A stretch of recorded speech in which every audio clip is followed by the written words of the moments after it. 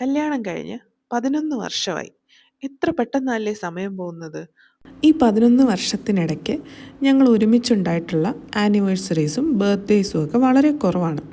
അതുകൊണ്ട് തന്നെ എപ്പോഴെങ്കിലുമൊക്കെ ഒരുമിച്ച് കിട്ടുമ്പോൾ ഞങ്ങളത് ആഘോഷിക്കാറുണ്ട്. ആഘോഷം ചുരുങ്ങി ചുരുങ്ങി ഇപ്പോൾ അതൊരു ഡിന്നറിലൊതുങ്ങി.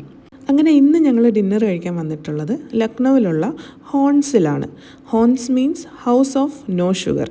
ഡയറ്റിലായതുകൊണ്ട് എങ്ങനെ സെലിബ്രേറ്റ് ചെയ്യും എന്നാലോചിച്ചപ്പോഴാണ് ഇവിടെ വന്ന് ഒന്ന് ട്രൈ ചെയ്ത് നോക്കാം ഇവിടുത്തെ ഫുഡൊക്കെ എന്ന് തോന്നിയത്. അപ്പോൾ ഈ കാണുന്ന വെർജിൻ മൊയ്ത്തോയിലും ജ്യൂസിലും എല്ലാം തന്നെ അവർ ഷുഗർ ആഡ് ചെയ്തിട്ടില്ല. പിന്നെ ഇവിടെ കിട്ടുന്ന ഡെസേർട്ട്സും കാര്യങ്ങളും എല്ലാം തന്നെ ലോ കാലറി ലോ ഷുഗർ ആയിട്ടുള്ള ഐറ്റംസാണ്. അങ്ങനെ ഡയറ്റ് പോട്ടെ ഫുഡ് വരട്ടെ എന്ന മോട്ടോയുമായിട്ട് ഞാൻ പാസ്തയൊക്കെ ഓർഡർ ചെയ്തു. ബൈ ദ ബൈ ഈ പാസ്തയുടെ പേര് പറയാൻ എനിക്ക് പറ്റുന്നുണ്ടായിരുന്നില്ല.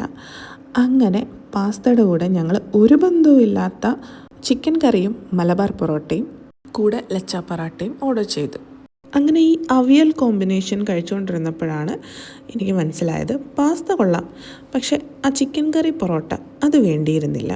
പക്ഷെ ഈ ആംബിയൻസ് അതിനെന്തായാലും 100 മാർക്ക് കൊടുക്കാം. എനിക്കിപ്പോൾ വീഡിയോ എടുത്തു തരുന്നത് എൻ്റെ മോനാകട്ടോ. അവന് ബർത്ത്ഡേയ്സും ആനിവേഴ്സറീസും എന്ന് പറഞ്ഞാൽ കേക്ക് കട്ടിങ് മസ്റ്റാണ്.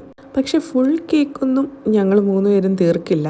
അതുകൊണ്ട് ഞങ്ങൾ ഓർഡർ ചെയ്തത് ഈ ഒരു തിരാമിസു ജാറും പിന്നെ ബെൽജിയൻ ചോക്ലേറ്റ് പേസ്ട്രിയും ആയിരുന്നു. ഇതാകുമ്പോൾ 3 പേർക്കൂടെ ഷെയർ ചെയ്ത് കഴിക്കുകയും ചെയ്യാം. ഷുഗറും കുറവാണ്, രണ്ടും കൊള്ളായിരുന്നു. ലോ ഷുഗറായിട്ട് ഇത്ര അടിപൊളി ഡെസേർട്ട്സ് ഉണ്ടെങ്കിൽ പിന്നെ വേറെ എന്ത് വേണം അല്ലേ. അങ്ങനെ കുറേ ദിവസങ്ങൾക്ക് ശേഷമാണ് ഞാൻ ഷുഗർ കഴിക്കുന്നത്.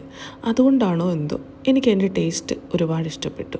പിന്നെ ഇപ്പോൾ വിൻ്റർ ആകുമ്പം കോഫിയോട് എനിക്കൊരിഷ്ടം കൂടാറുണ്ട്.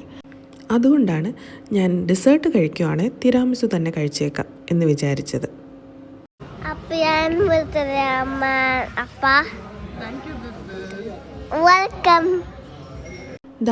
ഇതാണ് ഈ റെസ്റ്റോറൻറ്റിൻ്റെ പുറത്തുള്ള ഏരിയ. ഇവിടെയും സിറ്റിംഗ് ഉണ്ട്. പിന്നെ വിൻ്റർ ആയതുകൊണ്ട് ആരും പുറത്തൊന്നും ഇരിക്കാറില്ല.